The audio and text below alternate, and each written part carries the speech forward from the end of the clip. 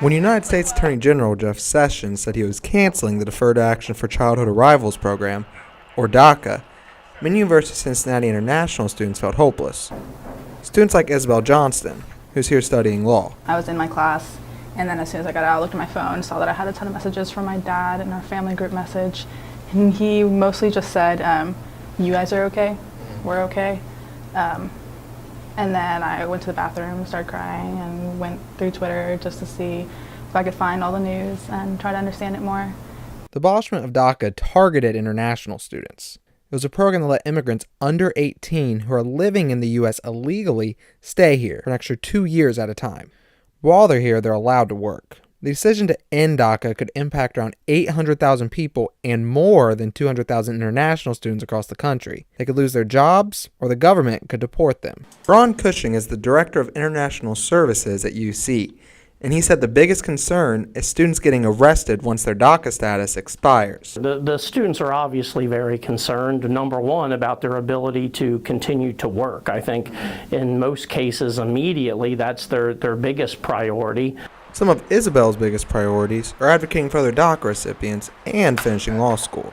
I want to go into human rights or immigration. I have a lot of experience in immigration, being an immigrant, being involved in the processes that I've had to go through myself. Steps to get there could be difficult, but after meeting with legislators in Washington, D.C. last month, Isabel said that she is still hopeful. David Wysong, Bearcast News. FC Cincinnati had a lot of success during their 2018 season.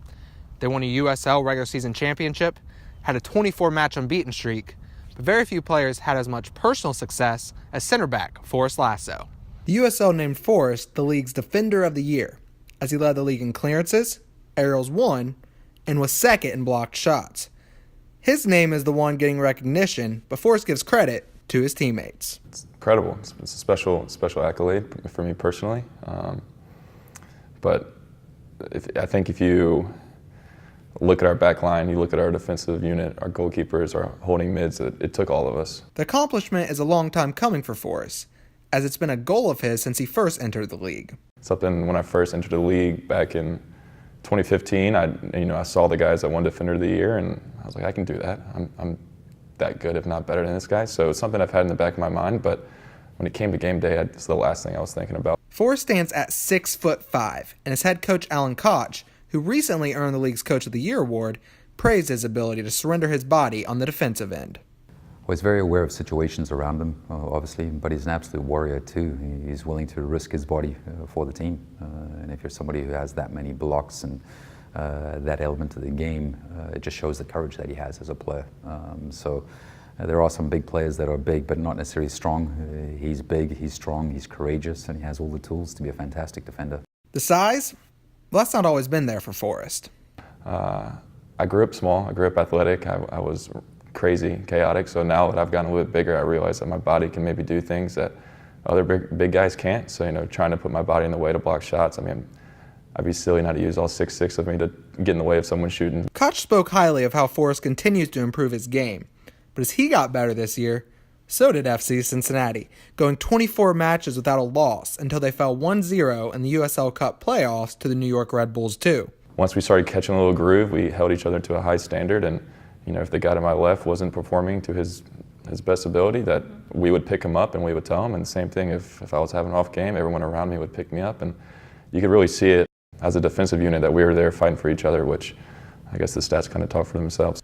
While it's not 100% certain whether Forrest will be on the team's roster next season, one thing for sure is that the club will soon play its first match as a member of Major League Soccer, and the fans are ready. David Wysong, FC Cincinnati. Trenton Jablonski says he knows smoking is bad for him, but he can't quit. Smoking tobacco has been a health hazard for generations, but now the University of Cincinnati is trying to change that. The school recently announced a tobacco ban on campus. Anyone wanting to relish in any form of tobacco now has to leave campus. While this may seem like a hassle for smokers, some understand the reasoning behind the ban. I get it. It smells bad. People get annoyed by the smell. They might get annoyed by the smoke getting in their face. Tobacco Free UC has officially launched, but the university has yet to make it clear how they will punish violators for lighting up. The school's main focus right now is to educate and inform about the new policy. David Wysong, Bearcast News. Hi, I'm David Wysong, sports reporter for the Chillicothe Gazette. It's almost football season, which means we will soon be opening our nominations for the All-Gazette preseason football team. Between August 3rd and August 8th, you can nominate your favorite athlete for the All-Gazette preseason team. Then, the athletes with the top nominations then will go up for a vote between August 9th and August 12th. For more information, be sure to go to the Chillicothe Gazette website and buckle up and get ready for some football. The news record was the best experience I had leading up to the professional life. This is where I was able to do a lot of stuff for the first time.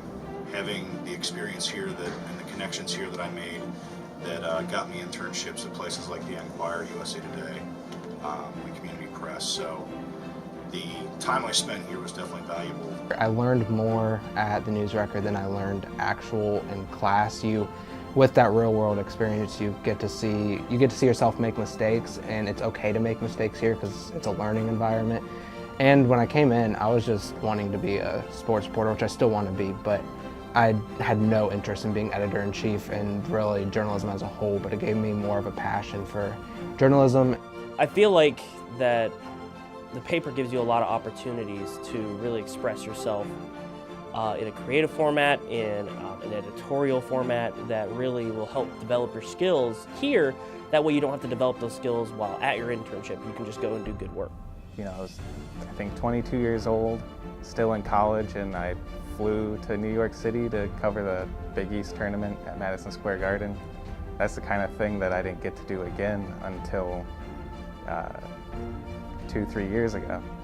You get to kind of jump in line as far as experience goes working at the news record. So if we want to write a story about Harambe, we can write a story about Harambe. If we want to just write something absolutely silly like an ode to pumpkin pie, we can write a story about pumpkin pie. Like, we can do whatever we want because it's our paper, and that makes it fun. Having this kind of experience is invaluable because you're going to walk into the door for an interview. Well, if you don't work here, you might not even get an interview. But if you do work here, you get some decent internships, you're going to walk through the door for an interview, and you'll have actual clips, actual experience that you can show to prove that you at least know how to do the basic things. If you don't work here, I honestly, as a hiring editor, I would never even talk to somebody who didn't have that kind of experience. Write, literally as much as possible. You just gotta write. Like, do as many stories as you can, because that helps you get established. That helps you get clips for your resume or your portfolio, but then that also helps get you ingrained here in the newsroom, and then that way you're on the fast track to getting a job here, so you can get paid to do this work. You get to write stories, you get to take pictures, whatever, even broadcast and put stuff into video, stuff that you can't really do until you grow in your career. Pretty much anybody that I knew that worked here that was really serious about moving on to a job in journalism after college was able to do it. A lot of the people that I had classes with that never made their way down to the news record that said that they had an interest in going into a journalism career kind of never did, or it didn't materialize the way that maybe they hoped, or not on the scale that some of us that worked at the news record did.